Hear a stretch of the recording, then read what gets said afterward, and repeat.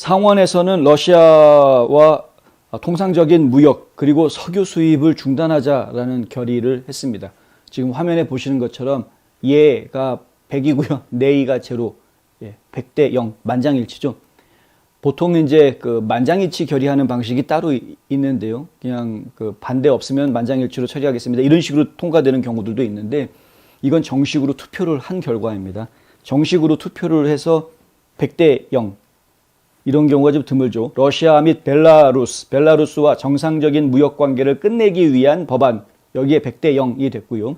그리고 이제 결의안이긴 합니다만은 러시아산 원유 수입을 금지하는 법안. 이것도 100대 0 이렇게 됐습니다. 분열과 양극화가 고착화된 지금의 워싱턴에서 매우 보기 드문 100대 0이 두 번이나 연속으로 나오는 이런 상황이 펼쳐졌다. 척 슈머 상원 원내총무는 오늘 이 법안들을 발표한 뒤에 우리가 마침내 이 법안들을 완성하고 있다는 것은 정말 큰 일이다. 자, 나는 이런 일이 더 빨리 일어났으면 좋겠지만 다른 쪽과 몇 주 동안 논의한 후에 우리가 앞으로 나아갈 길을 찾는 것이 중요하다. 그러니까 앞으로도 계속해서 이렇게 초당적으로 모든 의원들이 찬성하는 그런 법안들이 계속 나왔으면 좋겠지만 뭐 이런 얘기들 지금 하고 있는 건데 다 쓸데없는 얘기를 한 거고요. 상원이 만장일치로 통과시킨 이 법안들은 조 바이든 대통령이 예전부터 요구해왔던 내용들입니다.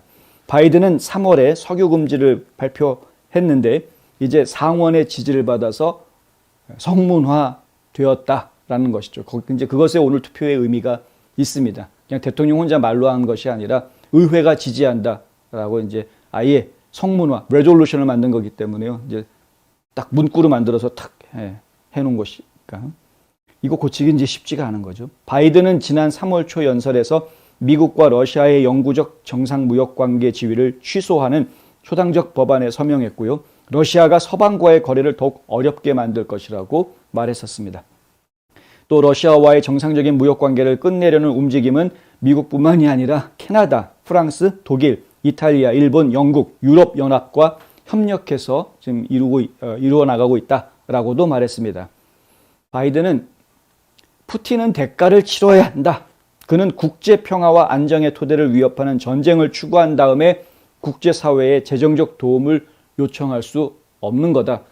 전쟁 일으켜놓고 국제사회에서 돈 받아가려고 하면 안 된다라는 거죠. 바이든은 또한 미국이 해산물, 보드카, 다이아몬드 같은 상품의 러시아 수입을 금지하고 있다고 말했습니다. 이것은 또한 러시아로 사치품 수출을 금지한다라는 이야기도 했고요.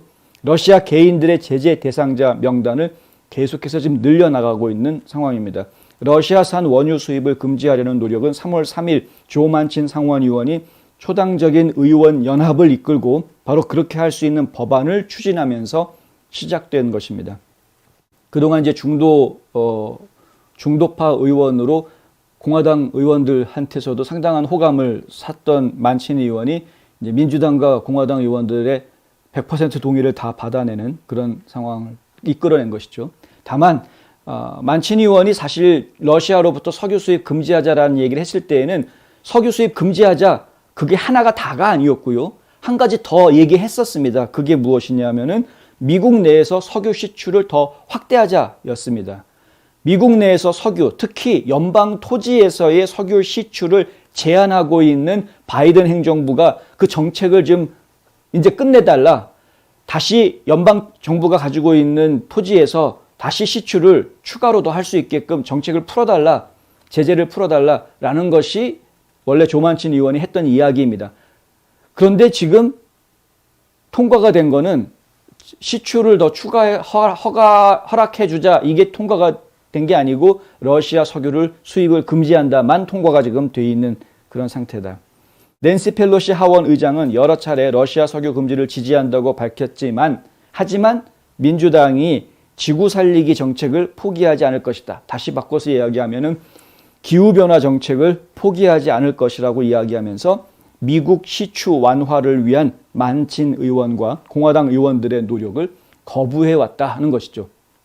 그러니까 결국은 민주당 내에서 추가로 시추하는 것을 지금 받아들이지 않고 있는 러시아산 석유 금지하겠다고 하면서 추가로 더 시추할 수 있게끔 이 제재를 풀어주지 않는다고 하면 그러면 어떻게 감당하려고 하는 건지 잘 모르겠습니다.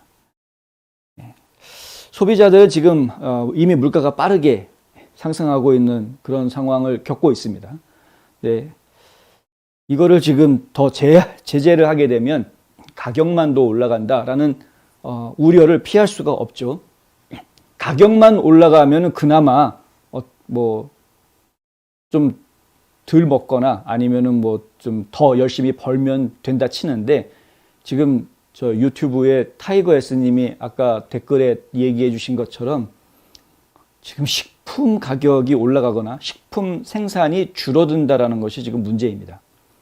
석유가 없으면은요, 그러면은 제대로 된 비료, 그러니까 싸구려, 저렴한 비료 생산에 그 방해를 받게 됩니다. 그러니까 비료를 생산하는데 지금 어려워지는 현상들이 나타나게 되고요.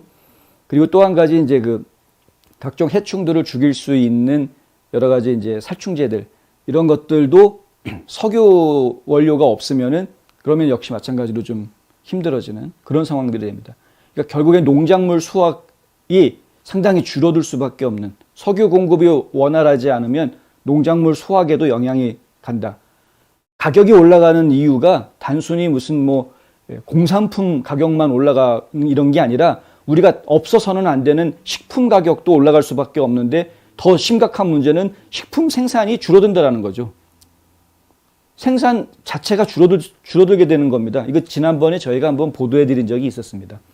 이건 이제 전 세계적인 현상입니다. 미국에서만 이러는 것이 아니고요. 왜냐하면 전 세계적으로 지금 에너지 문제를 똑같이 겪고 있기 때문에 상당히 많은 비료 만드는 회사들이 비료 생산을 지금 그만둔 지 좀 됩니다.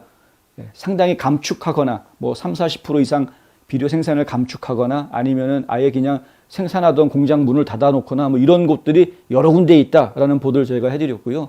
그러니까 결국은 그것 때문에 농산물 수확이 줄어들 수밖에 없다. 농산물 수확이 줄어들게 된다는 것은 이 음식값이 올라가는 것보다 더 심각한 문제입니다. 그러니까 음식 재료가 충분한 상태에서 음식값이 올라가는 거하고 아예 생산 자체가 덜 되는 상태에서 가격이 올라가는 거하고는 이건 좀 차원이 다른 이야기. 그래서 좀 이게 심각한 문제가 될 수 있다. 진짜 어렵습니다. 이런 식으로 가면 안 되는데 왜 안 되는 방향을 골라서 찾아가는지 전 잘 모르겠다. 동유럽 초강대국에 대한 미국과 서방의 제재가 시작된 이후 러시아 루블화의 가치가 크게 떨어졌었죠. 그런데 지금 다시 많이 회복되고 있고요.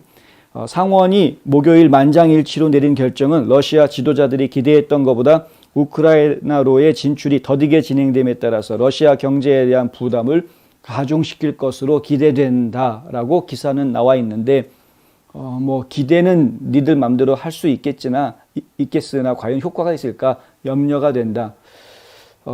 이제 닭이 먼저냐 달걀이 먼저냐 게임이 이제 시작이 되는 것 같은데요. 뭐냐 하면은 누가 더 오래 버티냐가 될 것 같다.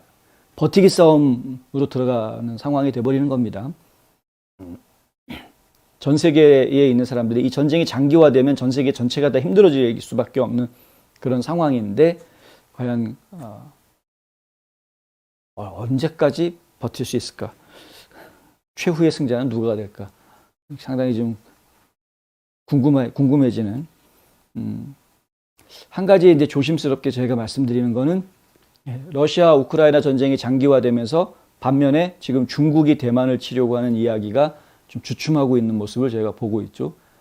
만약에 성공적으로 러시아가 우크라이나를 점령했다면 중국이 바로 대만을 쳐들어왔을 가능성이 큰데, 지금 상황이 그렇지 않다라는 걸 보고 있기 때문에, 그리고 국제 정세가 국제적인 그 국제사회의 여론이 러시아한테 불리하게 돌아가고 있는 모습들을 중국도 보고 있기 때문에 섣불리 움직이지는 못하고 있는 그런 상황이 되는 것이죠. 그거는 저희한테는 조금 좀 다행이다 싶은 모습입니다만, 하지만 한편으로 또 좀 걱정되는 부분은 북한은 그거에 신경 안 쓰는 것 같다. 어차피 남한을 쳐들어올 수 있는 정도의 그 정도의 힘을 갖췄다라고 북한이 그렇게 보이지는 않기 때문에, 북한으로서는 이제 자신들의 어떤 존재감이라든가 뭐 이런 정도를 좀 키울 수 있는 정도면은 충분한 상황이었으니까. 대신에 이제 북한은 오히려 지금 이 상황을 즐기고 있는 입장인 것이 중국뿐만 아니라 러시아와의 교역이 지금 점점 더 커질 수밖에 없는 환경이 만들어졌기 때문에 북한 입장에서는 지금 오히려 우크라이나 전쟁을 지금 즐기고 있는 그런 상황이 아니냐, 뭐 이렇게 분석하는 분들도 꽤 많이 있습니다. 그 말도 뭐 틀린 말은 아닌 것 같고요. 러시아 입장에서는 어차피 서방 세계가 거래를 끊겠다라고 이야기하면 자기네들하고 더 가까이 할 수 있는 나라들을 좀 더 거래를 더 터야 되는 입장이 되는 거니까.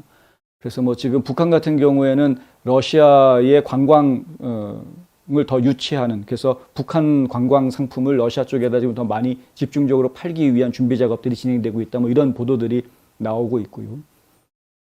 하여간 참 복잡하게 돌아갑니다. 복잡하게 돌아가는데 거기에서 또 지금 남한은 정권 교체기에서 지금 여러 가지 혼란들이 있는 상황이고 그 어느 때보다도 지금 기도가 필요한 때라는 이야기를 또 할 수밖에 없겠습니다. 일단 미국의 기본 흐름은 러시아가 이 전쟁을 이기지 못하게 막아야 한다라는 데는 모두가 지금 동의하고 있는 상황이다. 그런데 저희가 굉장히 안타깝게 쳐다보고 있는 것은, 불안불안하게 쳐다볼 수밖에 없는 것은 지금까지 바이든 가족들은 그러한 러시아를 압박하는 미국의 공식 입장과 달리 뒷거래를 해가지고 그들이 숨 쉴 수 있게 숨통을 열어주었던, 뒷거래해서 자기네 개인적인 부를 챙겼던 아주 몹쓸 집안이라는 것을 저희가 분명하게 지금 알고 있는 상황이기 때문에 그런 집안이 지금 대통령 자리에 앉아 있는 거여서 상당히 불안불안하게 이 상황들을 지금 보고 있다. 그들의 개인의 이익 때문에 이 전쟁을 장기화하는 쪽으로 유도하고 있는 것 아니냐라는 의혹과 비난이 지금 계속 커지고 있는 상태다라는 것이죠.